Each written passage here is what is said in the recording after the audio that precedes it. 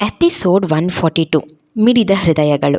ಈ ಕಡೆ ಲಾವಣ್ಯ ನಿತ್ಯನ ಅಲ್ಲಿಂದ ಎಳೆತಂದು ಬನ್ನೇರ್ಘಟ್ಟ ಫಾರೆಸ್ಟ್ ಹತ್ರ ಇರೋ ಮರಳಿನ ಮೂಟೆ ಸಂಗ್ರಹವಾಗಿದ್ದ ಒಂದು ಹಳೆಯ ಫ್ಯಾಕ್ಟ್ರಿ ತಂದಿಟ್ಟಿದ್ಲು. ಅವಳನ್ನ ಕಾವಲು ಕಾಯೋಕೆ ಸುತ್ತ ರೌಡಿಗಳನ್ನು ಬಿಟ್ಟಿದ್ಲು. ಶರತ್, ರಾಹುಲ್ ಅಲ್ಲಿಂದ ವಾಪಸ್ ಬಂದರು.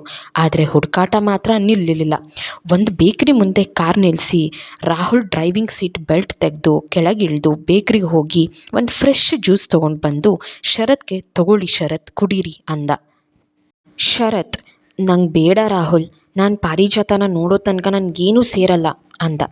ರಾಹುಲ್, ಸಿಗ್ತಾಳೆ ಶರತ್, ಅವಳನ್ನು ಬೆಂಗಳೂರು ಬಿಟ್ಟು ಎಲ್ಲೂ ಕರ್ಕೊಂಡು ಹೋಗಿಲ್ಲ ಅಂದಮೇಲೆ ಖಂಡಿತ ಸಿಗ್ತಾಳೆ. ಬೆಳಿಗ್ಗೆಯಿಂದನೂ ನೀವು ಏನೂ ತಿಂದಿಲ್ಲ, ತಗೊಳ್ಳಿ ಜ್ಯೂಸ್ ಕುಡೀರಿ ಅಂದ. ಶರತ್, ಪ್ಲೀಸ್ ರಾಹುಲ್, ಫೋರ್ಸ್ ಮಾಡಬೇಡಿ, ನನಗೆ ಬೇಡ ಅಂದ. ರಾಹುಲ್ ಜಾಸ್ತಿ ಫೋರ್ಸ್ ಮಾಡದೆ ಅಲ್ಲಿಂದ ಜ್ಯೂಸ್ ತೊಗೊಂಡು ವಾಪಸ್ ಕೊಟ್ಟು ಬರೋಕ್ಕೆ ಹೋದ. ಅವನು ಆ ಕಡೆ ಹೋಗ್ತಿದ್ದಂತೆ ಶರತ್ಗೆ ಅನ್ನೋನ್ ನಂಬರಿಂದ ಕಾಲ್ ಬಂತು. ಶರತ್ ಫೋನ್ ರಿಂಗ್ ಆಗೋದ್ರ ಮೇಲೆ ಜ್ಞಾನ ಇಲ್ಲದೆ ಹಾಗೆ ಯೋಚಿಸ್ತಾ ಕುಳಿತಿದ್ದ. ರಾಹುಲ್ ಅಷ್ಟರಲ್ಲಿ ವಾಪಸ್ ಬಂದು ಕಾರ್ ಹತ್ತಿದ. ಮತ್ತೆ ಅದೇ ನಂಬರಿಂದ ಮತ್ತೊಮ್ಮೆ ಕಾಲ್ ಬಂದಿದ್ದು ನೋಡಿ ಶರತ್, ಯಾವುದೋ ಕಾಲ್ ಬರ್ತಿದೆ ನೋಡಿ ಅಂತ ಹೇಳ್ತಾ ತಾನು ಕಾರ್ ಸ್ಟಾರ್ಟ್ ಮಾಡ್ದ. ಶರತ್ ಲೇಜಿಲಿ ಕಾಲ್ ಪಿಕ್ ಮಾಡಿ ಹೆಲೋ ಅಂದ. ಆ ಕಡೆಯಿಂದ Lavanya, hello my dear love, ನಾನು ನಿನ್ನ ಮಾಜಿ ಲವರ್ ಕಮ್ ಫ್ಯೂಚರ್ ವೈಫ್ ಮಾತಾಡ್ತಾ ಇರೋದು. ಏನು ನೀನು ಪ್ರೆಸೆಂಟ್ ವೈಫ್ನ ಹುಡ್ಕೋ ಅವಸರದಲ್ಲಿದೆಯಾ ಅನಿಸುತ್ತೆ ಅಂದ್ಲು. ಶರತ್ ಕೋಪದಿಂದ, ನೀನಾ ಅಂದರೆ ಇದೆಲ್ಲ ಮಾಡ್ತಾ ಇರೋದು ನೀನೇ ಅಂತ ಕಿರ್ಚ್ದ. ಅವನು ಕೂಗಿದ ಸದ್ದಿಗೆ ರಾಹುಲ್ ಸಡನ್ ಬ್ರೇಕ್ ಹಾಕಿ ಅವನ್ನೇ ನೋಡ್ದ. ಶರತ್ ರಾಹುಲ್ ಕಡೆ ನೋಡಿ ಲೌಡ್ ಸ್ಪೀಕರ್ ಹಾಕಿ, ಏನೇನು ನಿಂಗೆ ನಾಚಿಕೆ ಮಾನ ಅನ್ನೋದೇ ಇಲ್ವಾ? ಛೀ, ಮರ್ಯಾದೆಯಿಂದ ಹೇಳು, ನನ್ನ ಪಾರಿಜಾತ ಎಲ್ಲಿ, ಏನು ಮಾಡಿದೆ ಅವಳಿಗೆ ಅಂದ. ಲಾವಣ್ಯ, ಅವಳು ನನ್ನ ಹತ್ರ ಸೇಫಾಗಿದ್ದಾಳೆ ಡಿಯರ್, ಡೋಂಟ್ ವರಿ ಅಂದ್ಲು. ನೀನು ಅವಳನ್ನ ಹುಡುಕ್ತಾ ಎಲ್ಲಿ ಹುಚ್ಚ ಆಗೋಗ್ತೀಯ ಅನ್ನೋ ಕಾರಣಕ್ಕೆ ನಿಂಗೆ ಸ್ವಲ್ಪ ಸಮಾಧಾನ ಆಗಲಿ ಅಂತ ಹೇಳ್ತಾ ಇದ್ದೀನಿ. ಅವಳನ್ನ ಹುಡುಕಿ ನಿನ್ನ ಎನರ್ಜಿ ಹಾಳು ಮಾಡ್ಕೋಬೇಡ. ಬೇಗ ಅವಳನ್ನು ಮರೆತು ನನ್ನ ಜೊತೆ ಮದುವೆ ಆಗೋದಕ್ಕೆ ರೆಡಿ ಆಗು. ಹಾಗೆ ಆ ರಾಹುಲ್ ನಿನ್ನ ಜೊತೆಗೆ ಇರ್ತಾನೆ ಅಂತಲೂ ಗೊತ್ತು, ಅವನಿಗೂ ಹೇಳ್ಬಿಡು. ಬಾಲ ಮುದ್ರಕೊಂಡು ಅವನ ಕೆಲಸ ನೋಡ್ಕೊಳ್ಳಕ್ಕೆ. ಅದನ್ನು ಬಿಟ್ಟು ಜಾಸ್ತಿ ಬುದ್ಧಿವಂತಿಕೆ ತೋರಿಸೋದಕ್ಕೆ ನೋಡಿದ್ರೆ ಇವಳನ್ನ ಜೀವಂತ ಹೂತಾಕ್ತೀನಿ. ರಾಹುಲ್ ಕೋಪದಲ್ಲಿ, ನಿಂಗೆ ಅಷ್ಟು ಧೈರ್ಯ ಇದ್ದಿದ್ರೆ ಫೇಸ್ ಟು ಫೇಸ್ ಫೈಟ್ ಮಾಡ್ತಾ ಇದ್ದೆ, ಈ ರೀತಿ ನಿತ್ಯನ ಮುಂದೆ ಇಟ್ಕೊಂಡು ಆಟ ಆಡ್ತಾ ಇರಲಿಲ್ಲ ಅಂದ. ಲಾವಣ್ಯ, ಶರತ್, ನನಗೆ ವಾದ ಮಾಡೋಕ್ಕೆ ಟೈಮ್ ಇಲ್ಲ ಶರತ್, ನಾನು ಮತ್ತೆ ಕಾಲ್ ಮಾಡ್ತೀನಿ, ನನ್ನ ಮದುವೆ ಆಗೋಕ್ಕೆ ರೆಡಿಯಾಗಿರು ಅಂತ ಕಾಲ್ ಕಟ್ ಮಾಡಿದ್ಲು. ಶರತ್, ಈ ಲಾವಣ್ಯ, ಹೆಲೋ ಛೇ ಅಂತ ಕೋಪದಲ್ಲಿ ಫೋನ್ನ ಹೋಗ್ಯೋಕೆ ಹೋದ. ಮತ್ತೆ ಸುಮ್ಮನಾದ. ಶರತ್ ಅವನ ಭುಜದ ಮೇಲೆ ಕೈ ಇಟ್ಟು, ಕಾಮ್ ಡೌನ್ ಶರತ್, ಇದು ನಾವು ಕೋಪ ಮಾಡ್ಕೊಳ್ಳೋ ಟೈಮ್ ಅಲ್ಲ. ಈಗ ನಾವು ಸೋತ್ರೆ ನಮಗಷ್ಟೇ ಅಲ್ಲ, ಇಡೀ ಗಂಡು ಜಾತಿಗೆ ಅವಮಾನ. ಅವಳು ಸವಾಲು ಹಾಕಿರೋದು ನಮ್ಮ ಗಂಡಸ್ತನ ಮೇಲೇ. ನಾವಿಬ್ಬರೂ ಸೇರಿ ನನ್ನ ತಂಗಿನ ಹುಡ್ಕೊಳ್ಳೋಕ್ಕೆ ಆಗಲ್ವಾ? ಅದು ಒಂದು ಹುಡುಗಿ ಕೈವಶದಲ್ಲಿರೋಳನ್ನ. ನೋ ಶರತ್, ಈ ಸಲ ಮಾತ್ರ ಅವಳನ್ನ ಬಿಡಲ್ಲ ನಾನು ಅಂದ್ಕೊಂಡು ಡಿಟೆಕ್ಟಿವ್ ದಿವಾಕರ್ಗೆ ಕಾಲ್ ಮಾಡ್ದ. ಅವರು ಆ ಏರಿಯಾದ ಸುತ್ತಮುತ್ತನೇ ಇದ್ದರು. ರಾಹುಲ್ ಕಾಲ್ ಮಾಡಿದ ತಕ್ಷಣ ಅವ್ರು ಅಲ್ಲಿಗೆ ಬಂದರು.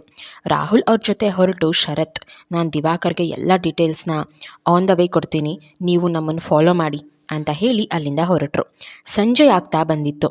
ಶರತ್ಗೆ ತುಂಬ ಟೆನ್ಷನ್ ಶುರುವಾಗಿತ್ತು. ಈ ಕಡೆ ನಿತ್ಯಾಳ ಮನಸ್ಥಿತಿ ಪರಿಸ್ಥಿತಿ ಎರಡೂ ಸರಿಯಿಲ್ಲ, ಮತ್ತು ಆ ಕಡೆ ಲಾವಣ್ಯ ದ್ವೇಷದಿಂದ ಅಪಾಯವಾಗಬಹುದು ಎಂಬ ಆತಂಕದಿಂದ ಡ್ರೈವ್ ಮಾಡ್ತಾ ಹೋಗ್ತಿದ್ದ. ಒಂದು ಕಡೆ ಹೊಟ್ಟೆಗೆ ಏನೂ ತಿಂದಿಲ್ಲ, ಸುಸ್ತು ಬೇರೆ ಆಗ್ತಿತ್ತು. ಸ್ಟೇರಿಂಗ್ ಹಿಡ್ತಿರೋ ಕೈ ಕೂಡ ಶೇಕ್ ಆಗ್ತಿತ್ತು. ಲಾವಣ್ಯ ಆಡಿದ ಮಾತು ತುಂಬ ಕೋಪ ಬರ್ಸಿದ್ರಿಂದ ಸ್ಪೀಡ್ ಜಾಸ್ತಿ ಮಾಡಿದ್ದ. ಅದರಿಂದಾಗಿ ಮುಂದೆ ಹೋಗ್ತಾ ಇದ್ದ ದಿವಾಕರ್ ಮತ್ತು ರಾಹುಲ್ನ ಕಾರ್ನ ಓವರ್ಟೇಕ್ ಮಾಡಿ ಹೋಗ್ತಾ ಇದ್ದ. ಅದನ್ನು ನೋಡಿ ರಾಹುಲ್, ಓ ಶಟ್, ಶರತ್ ತುಂಬ ಡಿಸ್ಟರ್ಬ್ ಆಗಿದ್ರು, ನಾನು ಅವ್ರ ಜೊತೆನೇ ಇರಬೇಕಿತ್ತು ಶರತ್ ಅಂತ ಕೂಗ್ತಾ Divakar, we have to stop him please, ಬೇಗ ಹೋಗಿ ಅಂದ. ಅವ್ರು ಹಿಂದೆ ಬರ್ತಾಯಿದ್ರು. ಶರತ್ ಇನ್ನೂ ಸ್ಪೀಡಾಗಿ ಹೋಗೋಕ್ಕೆ ಶುರು ಮಾಡ್ತಾ ಹತ್ರ ನಿತ್ಯನ ಇಟ್ಟಿದ್ದ ಫ್ಯಾಕ್ಟ್ರಿ ಹತ್ರನೇ ಬರ್ತಾಯಿದ್ದ. ಆ ಕಡೆಯಿಂದ ಟ್ಯಾಕ್ಸಿನಲ್ಲಿ ಬರ್ತಾಯಿದ್ದ ಭರತ್, ಅವನು ಕೂಡ ಅದ್ಯಾವುದೋ ಜ್ಞಾನದಲ್ಲಿ ಡ್ರೈವ್ ಮಾಡ್ತಾ ಬರ್ತಿದ್ದ. ರಾಹುಲ್ ಅಂತೂ ಫುಲ್ ಗಾಬರಿಯಿಂದ ಶರತ್ ಸ್ಟಾಪ್ ದ ಕಾರ್ ಅಂತ ಕೂಗ್ತಾ ಇದ್ದ.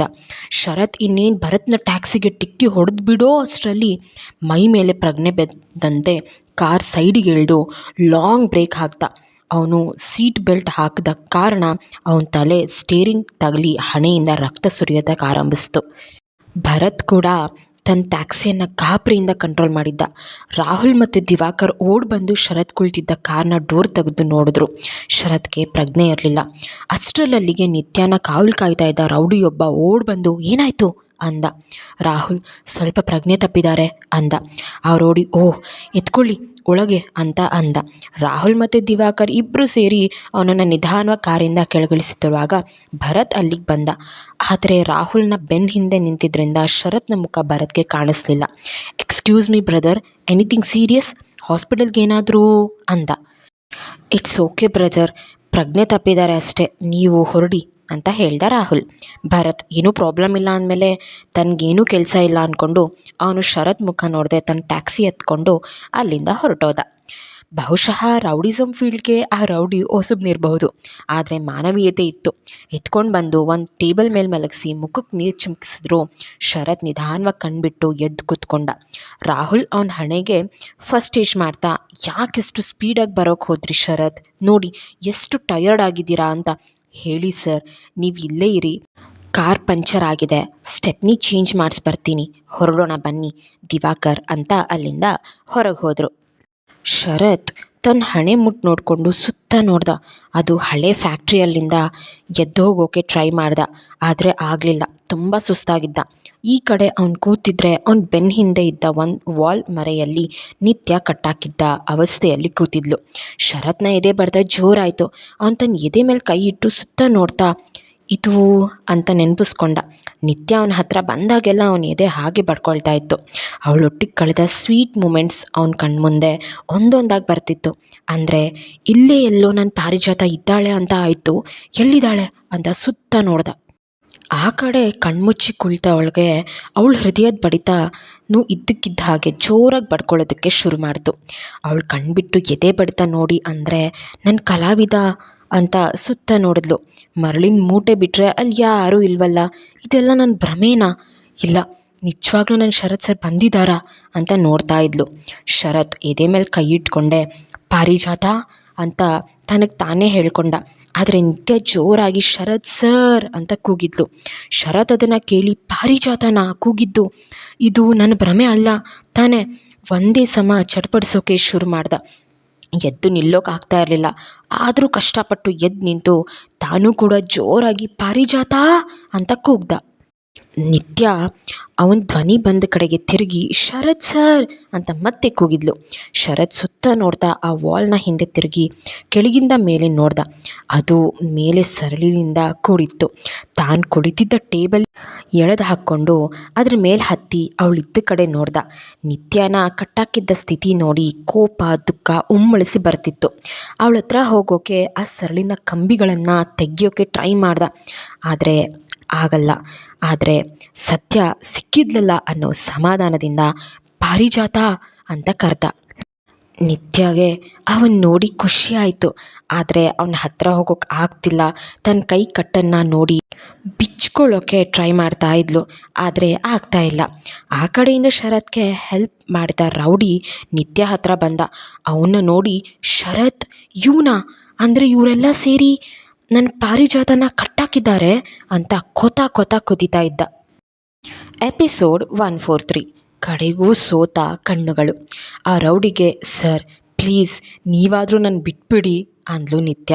ಆ ರೌಡಿ ನೋಡಮ್ಮ, ನೀನು ನೋಡಿದ್ರೆ ನನಗೆ ಅಯ್ಯೋ ಅನಿಸುತ್ತೆ, ಆದರೆ ನಾನು ಏನು ಮಾಡೋಕ್ಕಾಗಲ್ಲ, ಹಠ ಮಾಡಿದೆ, ಈ ಊಟ ಮಾಡಿಬಿಡು, ಅವ್ರು ಬಂದರೆ ಇನ್ನೂ ತೊಂದರೆ ಆಗುತ್ತೆ ಅಂತ ಹೇಳಿದ್ರು. ನಿತ್ಯ ಇನ್ನೂ ವಾದ ಮಾಡಿದ್ರೆ ಅನುಮಾನ ಬರುತ್ತೆ, ಹೇಗಿದ್ರು ನನ್ನ ಕಲಾವಿದ ಬಂದಾಯಿತು, ಕೈ ಕಟ್ಟು ಬಿಚ್ಚಿದ್ರಲ್ಲ ಅಷ್ಟು ಸಾಕು ಅಂದ್ಕೊಂಡು ಅವನ ಮುಂದೆ ಊಟನ ತೊಗೊಂಡ್ಳು. ಆ ರೌಡಿ ನೋಡು ಅವರೆಲ್ಲ ಹೊರಗೆ ಹೋಗಿದ್ದಾರೆ, ಅವ್ರು ಬರೋ ಅಷ್ಟರಲ್ಲಿ ಊಟ ಮುಗಿಸು, ನಾನು ಹೊರಗಿರ್ತೀನಿ ಅಂತ ಹೇಳಿ ಹೊರಗೆ ಹೋದ. ನಿತ್ಯ ಅವನು ಆ ಕಡೆ ಹೋಗ್ತಿದ್ದಂತೆ ಊಟ ಸೈಡಿಗಿಟ್ಟು ಶರತ್ ಇದ್ದ ವಾಲ್ ಹತ್ರ ಓಡಿ ಬಂದು ತಾನು ಕೂಡ ಒಂದು ಚೇರ್ ಎಳ್ದಾಕೊಂಡು ಅದ್ರ ಮೇಲೆ ಹತ್ತಿ ಶರತ್ ಸರ್ ಅಂತ ಅವನ ಕೈ ಮೇಲೆ ಕೈ ಇಟ್ಟು ನಾನು ನಿಮ್ಮನ್ನ ಮತ್ತೆ ನೋಡ್ತೀನೋ ಇಲ್ವೋ ಅಂತ ಭಯ ಆಗಿತ್ತು ಸರ್ ಅಂತ ಅಳೋದಕ್ಕೆ ಶುರು ಮಾಡಿದ್ಲು. ಶರತ್ ಅವಳು ಕಣ್ಣೊರೆಸ್ದ, ಅಳಬೇಡ ಪಾರಿಜಾತ, ನಾನು ಬಂದಾಯ್ತಲ್ಲ, ಧೈರ್ಯವಾಗಿರು, ನಿನ್ನ ಯಾರು ಏನು ಮಾಡೋಕ್ಕಾಗಲ್ಲ, ಆದರೆ ನೀನು ನನ್ನ ಕ್ಷಮಿಸ್ಬಿಡು, ನಿನ್ನ ಈ ಪರಿಸ್ಥಿತಿಗೆ ನಾನೇ ಕಾರಣ. ನೀನು ಎಷ್ಟು ಸಲ ನಿಜ ಹೇಳಿದ್ರು ನಾನು ಕೇಳದೆ ತಪ್ಪು ಮಾಡಿಬಿಟ್ಟೆ ಅಂದ. ನಿತ್ಯ ಅವನ ಕೈಗೆ ಮುತ್ತಿಟ್ಟು, ಇಲ್ಲ ಸರ್, ಹಾಗೆಲ್ಲ ಹೇಳಬೇಡಿ. ಆ ಸಂದರ್ಭ ಎಲ್ಲ ನನ್ನ ವಿರುದ್ಧ ಇದ್ದರೆ ನೀವು ತಾನೇ ಏನು ಮಾಡೋಕ್ಕೆ ಸಾಧ್ಯ ಇತ್ತು?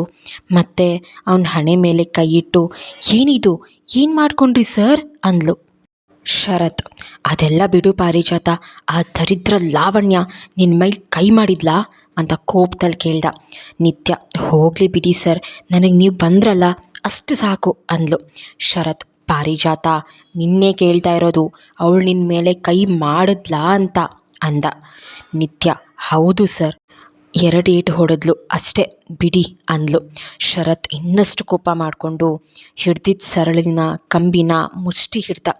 ನಿತ್ಯ ಅವನು ಅಷ್ಟು ಕೋಪ ಮಾಡ್ಕೊಂಡದ್ದು ನೋಡಿ, ಸಾಕು ಸರ್, ಕೋಪ ಮಾಡ್ಕೋಬೇಡಿ ಅಂತ ಹೇಳ್ದ. ಮತ್ತೆ ಊಟದ ತಟ್ಟೆ ನೋಡಿ ಇಳಿದು ಓಡಿ ಹೋಗಿ ಅದನ್ನು ಎತ್ಕೊಂಡು ಬಂದು ಮತ್ತೆ ಚೇರ್ ಮೇಲೆ ಹತ್ತಿ ಒಂದು ತುತ್ತು ತೊಗೊಂಡು ಅವನಿಗೆ ತಿನ್ಸೋಕೆ ಹೋದ್ಲು.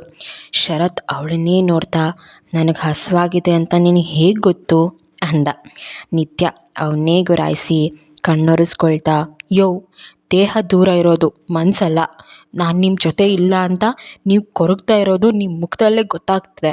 ಸುಮ್ಮನೆ ತಿನ್ನಿ ಅಂತ ತಿನ್ನಿಸಿದ್ಲು. ತಾನು ಕೂಡ ಒಂದು ತುತ್ತು ತೊಗೊಂಡು ಅವಳ ಬಾಯಿಗೆ ಇಡೋಕೆ ಹೋದ.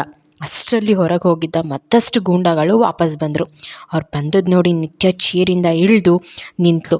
ಶರತ್ನ ಗಮನಿಸಿದ ರೌಡಿಗಳು ನಿತ್ಯ ನಿಂತಿರೋದು ನೋಡಿ, ಒಬ್ಬ, ಹೇಯ್, ಇವಳು ತಪ್ಪಿಸ್ಕೊಳ್ಳೋಕ್ಕೆ ಹೊಂಚು ಹಾಕ್ತಾ ಇದ್ಲು ಅನಿಸುತ್ತೆ, ಯಾಕೋ ಕೊಪ್ಪು ಜಾಸ್ತಿ ಆಗಿರೋ ಆಗಿದೆ, ನೀವೇ ಸ್ವಲ್ಪ ಹೊರಗಿರೋ, ಇವಳ ಜೊತೆ ಕಬಡ್ಡಿ ಆಟ ಆಡ್ಬರ್ತೀನಿ, ಡೋರ್ ಹಾಕ್ಕೊಂಡು ಹೋಗ್ರೋ ಅಂದ. ಅವರೆಲ್ಲ ಹೊರಗೆ ಹೋಗ್ತಾ ಇದ್ದ ಹಾಗೆ, ಏನೇ ತಪ್ಪಿಸ್ಕೊಂಡು ಹೋಗೋಕೆ ನೋಡ್ತೀಯಾ ಹಾಂ ಅಂತ ಶರತ್ನ ಮುಂದೆನೇ ನಿತ್ಯ ಕಪಾಳಿಗೆ ಬಾರಿಸ್ದ. ನಿತ್ಯ ಅಮ್ಮ ಅಂತ ನೆಲಕ್ಕೆ ಬಿದ್ಲು. ಶರತ್ನ ಕಣ್ಣು ಕೋಪದಿಂದ ಕೆಂಪಾಗಿತ್ತು. ತನ್ನ ಕೋಪನ ಆ ಕಂಬಿಗಳ ಮೇಲೆ ಬೀರ್ಲಾರಂಭಿಸ್ದ. ಆ ರೌಡಿ ಕೆಳಗೆ ಬಿದ್ದ ನಿತ್ಯ ಮೇಲೆ ಎರಗಲ್ ಮುಂದಾದ. ಅವಳ ಮೈ ಮುಟ್ಟೋಷ್ಟರಲ್ಲಿ ಶರತ್ ಕಂಬಿ ಮುರಿದು ಅಲ್ಲಿಗೆ ಜಂಪ್ ಆಗಿದ್ದ. ಆ ರೌಡಿಗೆ, ನನ್ನ ಮಗನೇ, ಕಬಡ್ಡಿ ಆಡಬೇಕಾ ಹಾಂ, ನನ್ನ ಮುಂದೆನೇ ನನ್ನ ಪಾರಿಜಾತಕ್ಕೆ ಕೈ ಮಾಡ್ತೀಯಾ ಹಾಂ ಅಂತ ಹಣ್ಣುಗಾಯಿ ನೀರುಗಾಯಿ ಆಗೋ ಹಾಗೆ ಚಚ್ಚಿ ಅವಳನ್ನು ಕಟ್ಟಾಕಿದ್ದ ಚೇರ್ ತೊಗೊಂಡು ಅವನ ತಲೆಗೆ ಹೊಡೆದ. ಆ ರೌಡಿ ಅಲ್ಲೇ ಸತ್ತ. ನಿತ್ಯ ಅವನ ಕೈ ಹಿಡಿದು ಸರ್ ಅಂದ್ಲು. ಶರತ್ ಅವಳನ್ನ ನೋಡಿದ್ದೆ ಗಟ್ಟಿಯಾಗಿ ತಪ್ಕೊಂಡು, ಪಾರಿಜಾತ ಅಂತ ಅವಳ ಕಣ್ಣಿಗೆ, ಕೆನ್ನೆಗೆ, ಹಣೆಗೆ ಮುತ್ತಿಟ್ಟು ಖುಷಿಯಿಂದ ತಪ್ಕೊಂಡು, ಬಾ ಇಲ್ಲಿಂದ ಹೋಗೋಣ ಅಂತ ಕೈ ಹಿಡಿದು ಅಲ್ಲಿಂದ ಹೋಗೋಕೆ ಮುಂದಾದರು. ಅಷ್ಟರಲ್ಲಿ ಹೊರಗಡೆ ಇದ್ದ ರೌಡಿಗಳು ಸುತ್ತುವರೆದ್ರು. ನಿತ್ಯ ಭಯದಲ್ಲಿ ಅವನ ತೋಳನ್ನು ಗಟ್ಟಿಯಾಗಿ ತಪ್ಕೊಂಡ್ಳು. ಶರತ್ ಅವಳು ಹಾಗೆ ತಪ್ಕೊಂಡಿದ್ದು ನೋಡಿ ಅವಳ ಕೈ ಹಿಡಿದು ಸೈಡಿಗೆ ನಿಲ್ಲಿಸಿ ಅವರಿಗೆಲ್ಲ ಮತ್ತಷ್ಟು ಚಚ್ಚಿದ. ಈ ಕಡೆ ಕಾರ್ ರೆಡಿ ಮಾಡಿಸಿ ಶರತ್ ಇದ್ದ ರೂಮ್ ಒಳಗಡೆ ಬಂದ ರಾಹುಲ್ ಶರತ್ ಅಲ್ಲಿಲ್ದಿರೋದನ್ನು ನೋಡಿ ಶಾಕ್ ಆದ. ಎಲ್ಲೋದ್ರಪ್ಪ ಶರತ್ ಅಂತ ಕೂಗ್ದ ಹೊರಗೆ ನೋಡ್ದ. ನಾನು ಹೊರಗಿದ್ನಲ್ಲ, ಆ ಕಡೆ ಬರಲೇ ಇಲ್ಲ ಅಂತ ಜೋರಾಗಿ ಶರತ್ ಅಂದ. ಮತ್ತೆ ಆ ಕಡೆ ವಾಲಿಂದ ಜೋರು ಗಲಾಟೆ ಕೇಳಿ ಬಂತು. ಜೊತೆಗೆ ರಾಹುಲ್ ಶರತ್ನ ಕೂಗಿದ ಧ್ವನಿ ನಿತ್ಯ ರಾಹುಲಣ್ಣ ಅಂತ ಜೋರಾಗಿ ಕೂಗಿದ್ಲು. ರಾಹುಲ್ ನಿತ್ಯ ಧ್ವನಿ ಕೇಳಿ ಸುತ್ತ ನೋಡ್ತಾ ಮೇಲ್ ನೋಡ್ದ. ಶರತ್ ಕಂಬಿ ಮುರಿದು ಹೋದ ವಾಲ್ ನೋಡ್ದ. ಅಲ್ಲಿಂದನೇ ತಾನು ಒಳಗೆ ಇಳಿದು ಹೋದ. ಅವನ ಹತ್ರ ಬರೋ ಅಷ್ಟರಲ್ಲಿ ಶರತ್ನ ಕಣ್ಣಿಗೆ ಮರಳೆರ್ಚಿ ನಿತ್ಯನ ಮತ್ತೆ ಅಲ್ಲಿಂದನೂ ಹೇಳ್ಕೊಂಡು ಹೊರಟಿದ್ರು. ಶರತ್ಗೆ ಕಣ್ಣು ಬಿಡೋಕೆ ಆಗ್ತಾ ಇರಲಿಲ್ಲ. ರಾಹುಲ್ ಹತ್ರ ಓಡಿ ಬಂದು, ಶರತ್ ಏನಿದೆಲ್ಲ, ಏನಾಯಿತು, ನಿಧಾನವಾಗಿ ಕಣ್ಬಿಡಿ, ನಿತ್ಯಕ್ಕೆ ಹೋಗಿದ್ದ ಹಾಗಾಯ್ತಲ್ಲ, ಯಾರದು ಅಂತ ಅಂದ. ಶರತ್ ನಿಧಾನವಾಗಿ ಕಣ್ತೆರಿತಾ, ಅವಳೇ ರಾಹುಲ್, ಈ ಸಲ ನಮ್ಮಿಂದ ತಪ್ಪಿಸ್ಕೋಬಾರ್ದು, ಬನ್ನಿ ಅಂತ ಓಡಿದ್ರು. ಅವ್ರ ಕಾರನ್ನು ಹಿಂಬಾಲಿಸಿ ಹೋದರು. ಹೋಗ್ತಾ ಹೋಗ್ತಾ ನಿತ್ಯನ ಒಂದು ಕಾರಿಂದ ಮತ್ತೊಂದು ಕಾರ್ಗೆ, ಅಂದರೆ ಲಾವಣ್ಯ ಇರೋ ಕಾರ್ಗೆ ಬದಲಾಯಿಸ್ಕೊಂಡು, ಆದರೆ ರಾಹುಲ್ ಕಣ್ಣಿಂದ ಅವಳು ತಪ್ಪಿಸ್ಕೊಳ್ಳೋದಕ್ಕೆ ಸಾಧ್ಯವಾಗಲಿಲ್ಲ. ಫಾರೆಸ್ಟ್ ಒಳಗಡೆ ಬಂದು ಒಂದು ದೊಡ್ಡ ಪ್ರಪಾತ ಇರೋ ಕಡೆ ಎಳ್ಕೊಂಡು ಬಂದ್ಲು. ರಾಹುಲ್ ಅವಳ ಕಡೆ ರಿವಾಲ್ವರ್ನಿಂದ ಗುರಿ ಇಟ್ಟು, ಲಾವಣ್ಯ ನಿಂತ್ಕೋ, ಎಲ್ಲದಕ್ಕೂ ಒಂದು ಕೊನೆ ಇರೋದನ್ನು ಮರಿಬೇಡ, ನಿತ್ಯನ ಬಿಡು, ಇಲ್ಲ ಅಂದರೆ ನಿನ್ನ ಕತೆ ಮುಗಿಸ್ತೀನಿ ಅಂತ ಅವಳ ಹತ್ರ ಹೋಗೋಕೆ ಮುಂದಾದ. ಲಾವಣ್ಯ, ಅಲ್ಲೇ ನಿಂತ್ಕೋ, ಏನು ಹಾಂ, ನೀನು ಮಾತ್ರ ಬುದ್ಧಿವಂತ ಅಂದ್ಕೊಂಡ, ರಿವಾಲ್ವರ್ ಪಿಸಾಕು ರಾಹುಲ್, ಇಲ್ಲ ಅಂದರೆ ಇವಳು ತಲೆ ಚಿಪ್ಪಿಗೆಸ್ಬಿಡ್ತೀನಿ ಅಂತ ತನ್ನ ರಿವಾಲ್ವರ್ ತೊಗೊಂಡು ನಿತ್ಯ ತಲೆಗೆ ಗುರಿ ಇಟ್ಲು. ರಾಹುಲ್ ಶಾಕ್ನಲ್ಲಿ ತನ್ನ ಕೈಯಲ್ಲಿದ್ದ ರಿವಾಲ್ವರ್ ಬಿಸಾಕಿ ಹಾಕಿದ. ಇಬ್ಬರು ಅಲ್ಲೇ ನಿಂತರು. ಶರತ್, ನೋಡು ಲಾವಣ್ಯ, ಒಳ್ಳೆ ಮಾತಲ್ಲಿ ಪಾರಿಜಾತನ ಬಿಟ್ಟರೆ ಸರಿ, ಇಲ್ಲ ಅಂದರೆ ನೀನು ಜೀವಂತವಾಗಿರೋದು ಇವತ್ತೇ ಕಡೆ ದಿನ ಆಗಿರುತ್ತೆ. ಯಾಕೆ ಅವಳಿಗೆ ಇಷ್ಟು ಹಿಂಸೆ ಕೊಡ್ತಾ ಇದೆಯಾ ಅಂದ. ಲಾವಣ್ಯ, ನಿನ್ನಿಂದನೇ ಶರತ್ ಇವಳಿಗೆ ಇಷ್ಟೆಲ್ಲ ಹಿಂಸೆ ಆಗ್ತಾ ಇರೋದು. ಸುಮ್ಮನೆ ನನ್ನ ಮಾತು ಕೇಳಿ ಇವಳನ್ನ ಬಿಟ್ಟು ನನ್ನ ಜೊತೆ ಮದುವೆ ಆಗಿದ್ದರೆ ನಿಮಗಾಗಲಿ ಇವಳಿಗಾಗಲಿ ತೊಂದರೆ ಆಗ್ತಾ ಇತ್ತಾ ಹೇಳು? ಈಗಲೂ ಅಷ್ಟೇ, ಇವಳನ್ನು ಹೋಗಲಿ ಪಾಪ ಅಂತ ಬಿಟ್ಬಿಡ್ತೀನಿ. ನೀನು ನನ್ನ ಮದುವೆ ಆಗ್ತೀಯಾ ಹೇಳು? ಇಲ್ಲ ಅಂದರೆ ಇವಳನ್ನ ಸಾಯಿಸ್ಬಿಡ್ತೀನಿ ಅಂತ ನಿತ್ಯ ಕೂದಲು ಹಿಡ್ದ ಕೈ ಮುಷ್ಟಿ ಬಿಗಿ ಮಾಡಿದ್ಲು. ನಿತ್ಯ ನೋವಿನಿಂದ ಅಮ್ಮ ಅಂದ್ಲು. ಶರತ್ ನಿಟ್ಟುಸಿರು ಬಿಟ್ಟು, ಸರಿ ನೀನು ಹೇಳ್ದಾಗೆ ಆಗಲಿ ಅಂದ. ರಾಹುಲ್ ಆಶ್ಚರ್ಯದಲ್ಲಿ ಅವನನ್ನೇ ನೋಡ್ತಾ ನಿತ್ಯ ಕಡೆ ನೋಡ್ದ. ಲಾವಣ್ಯ ಖುಷಿಯಿಂದ ಶರತ್ ಮಾತು ಕೇಳಿ ಮುಗುಳ್ನಕ್ಳು. ಶರತ್ ಅವಳನ್ನ ಸಾಯಿಸ್ಬಿಡು, ಆದರೆ ಒಂದು ಮಾತು ನೆನಪಿಟ್ಕೊ, ನಾನು ಯಾವತ್ತೂ ನಿನಗೆ ಸಿಗಲ್ಲ. ಈ ಜನ್ಮದಲ್ಲಿ ಮಾತ್ರ ಅಲ್ಲ, ಇನ್ನು 7 ಜನ್ಮದಲ್ಲೂ ನಾನು ಬದುಕಿದ್ರು ಅವಳ ಜೊತೆನೆ, ಸತ್ರು ಅವಳ ಜೊತೆನೆ. ನೀನು ನನ್ನ ಪಾರಿಜಾತನ ಕೊಂದರೆ ಮೊದಲು ಹೋಗೋದು ನನ್ನ ಉಸಿರು. ನನ್ನ ಪಾರಿಜಾತ ನಿನ್ನ ಹತ್ರ ಇಷ್ಟು ಹಿಂಸೆ ಪಡೋ ಬದಲು ಇಬ್ಬರು ಒಟ್ಟಿಗೆ ಸತ್ತೋಗ್ತೀವಿ, ಕೊಂದುಬಿಡು ಅವಳನ್ನು ಅಂದ. ಅವನೆಲ್ಲ ಮಾತು ಹೇಳಿದ ಲಾವಣ್ಯ ಕಣ್ಣಲ್ಲಿ ಮೊದಲನೇ ಸಲ ನಾನು ಸೋತೆ ಅನ್ನೋ ಮನೋಭಾವ ಕಾಣಿಸ್ತು. ತಾನು ಇಷ್ಟೆಲ್ಲ ಮಾಡಿದ್ದೆ ಶರತ್ನ ಸಲುವಾಗಿ, ಆದರೆ ಅವನ ಮನಸ್ಸು ತುಂಬ ನಿತ್ಯ ಇರುವಾಗ ಮುಂದೆ ತಾನು ಅವನೊಟ್ಟಿಗೆ ಇದ್ದರೂ ಅವನು ಚೆನ್ನಾಗಿರಲ್ಲ ಅನ್ನೋ ಮನಸ್ಸಿಂದ ತಾನು ಹಿಡಿದ ನಿತ್ಯಾಳ ಕೂದಲನ್ನು ಸಡಿಲಗೊಳಿಸಿದ್ಲು. ಆದರೂ ಒಂದು ಕಡೆ ನಿತ್ಯ ಮುಂದೆ ತಾನು ಯಾವುದೇ ಕಾರಣಕ್ಕೂ ಸೋಲ್ಬಾರ್ದೆಂಬ ಮೊಂಡ ಹಠ. ಅವಳ ಮುಖ ನೋಡಿ ಮತ್ತೆ ಕೂದಲು ಬಿಗಿ ಹಿಡಿದು, ಹೌದು, ನಾನು ನಿನ್ನ ಮುಂದೆ ಸೋಲಲ್ಲ ನಿತ್ಯ. ಹಾಗೆ ಶರತ್, ನಾನು ಹೇಗೆ ನಿನ್ನ ಸಿಗದೆ ಒತ್ತಾಡ್ತಾ ಇದ್ದೀನೋ ಹಾಗೆ ನೀನು ಇವಳು ಸಿಗದೆ ಒತ್ತಾಡಬೇಕು ಅಂತ ಹೇಳ್ತಾ ನಿತ್ಯ ತಲೆಗೆ ಗುರಿ ಇಟ್ಟು ಟ್ರಿಗರ್ ಮೇಲೆ ಬೆರಳಿಟ್ಲು. ಶರತ್ ಶಾಕ್ ಆಯಿತು. ಹೇ ಲಾವಣ್ಯ, ನೋ ನೋ ಅಂತ ಮುಂದೆ ಬರ್ತಾ ಇದ್ದ. ಲಾವಣ್ಯ, ಶರತ್ ಇನ್ನೊಂದು ಹೆಜ್ಜೆ ಮುಂದೆ ಇಟ್ಟರು ಟ್ರಿಗರ್ ಹಾರಿಸ್ಬಿಡ್ತೀನಿ ಅಂತ ಅವನಿಗೆ ಗುರಿ ಇಟ್ಟಿದ್ಲು. ನಿತ್ಯ ಗಾಬರಿಯಲ್ಲಿ ರಾಹುಲ್ನ ನೋಡಿದ್ಲು.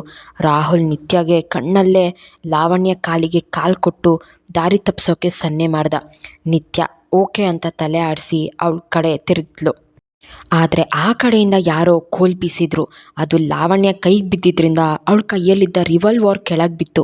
ಎಲ್ಲರೂ ಆಶ್ಚರ್ಯ. ಆ ಕೋಲ್ ಬಂದ ಕಡೆ ನೋಡಿದ್ರು. ಅದು ಹರ್ಷ. ಶರತ್, ಹರ್ಷ ನೀನು? ಹೌದು ಬ್ರೋ, ನಾನೇ. ಏನು ಗೊತ್ತಾ, ಲಾವಣ್ಯ ದೇವರು ಒಂದೊಂದು ಕರ್ತವ್ಯಗಳು ನಮ್ಮಿಂದನೇ ಆಗಬೇಕು ಅಂತ ಬರೆದಿರುವಾಗ ನಾವೆಲ್ಲೇ ಇದ್ದರೂ ಸರಿಯಾದ ಸಮಯಕ್ಕೆ ನಾವು ಅಲ್ಲಿ ಇರೋ ಹಾಗೆ ಸಂದರ್ಭನ ಸೃಷ್ಟಿ ಮಾಡಿಕೊಡ್ತಾನಂತೆ. ಅದಕ್ಕೆ ನಾನು ಇವಾಗ ಎಂಟ್ರಿ ಕೊಟ್ಟಿದ್ದು. ಏನು ಲಾವಣ್ಯ, ನಮಗಂತೂ ತುಂಬ ಬೋರಾಗಿದೆ. ಬರೀ useless and very cheap plans ಮಾಡಿ ನಿನ್ನ ಲೆವೆಲ್ಗೆ ನಮ್ಮನ್ನೂ ಹಾಳು ಮಾಡ್ತಾ ಇದೆಯಲ್ಲ, ಸೋ ಬೋರಿಂಗ್. ಅದೇ ಹಳೆ ಕಿಡ್ನ್ಯಾಪಿಂಗ್ ಪ್ಲ್ಯಾನ್ ಮಾಡೋದು, ನಾವು ಬಂದು ಬಂಡವಾಳನ ಬಯಲು ಮಾಡೋದು ನಿಂಗೇನು ಅನ್ನಿಸ್ತಾ ಇಲ್ವಾ? ನಿನ್ನ ಜನ್ಮಕ್ಕೆ ನಾಚಿಕೆ ಮಾನ ಮರ್ಯಾದೆ, ಓ ಸಾರಿ, ಇದನ್ನೆಲ್ಲ ಸುಂಕದ ಕಟ್ಟೆಯಲ್ಲಿ 25 ಪೈಸೆಗೆ ಹರಾಜು ಹಾಕಿ ಬಂದಿರಬೇಕಲ್ವ ನೀನು. ಅದಕ್ಕೆ ನಿನ್ನ ಜನ್ಮಕ್ಕೆ ಏನು ಅನಿಸೋದೇ ಇಲ್ಲ. ಉಫ್, anyhow, take your own time.